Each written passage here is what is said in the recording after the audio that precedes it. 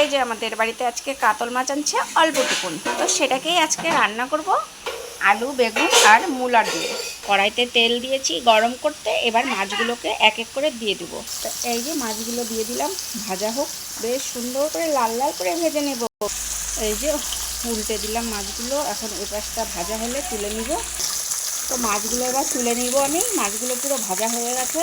জিরা তেজপাতা ফোড়ন দিয়ে এবার সবজিগুলো দিয়ে দিলাম, সবজিগুলো একটু ভেজে নেব এখন।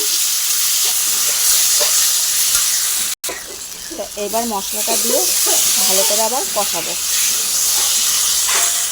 কষানোটা হয়ে গেছে, এবার জলটা দিয়ে দিব মাপ মতন।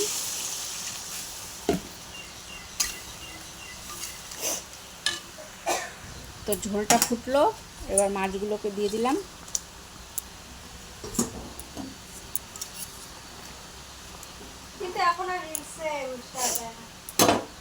তো এদিকে জিরা ভাজা রেখেছি, সেটাকেও দিয়ে দিব।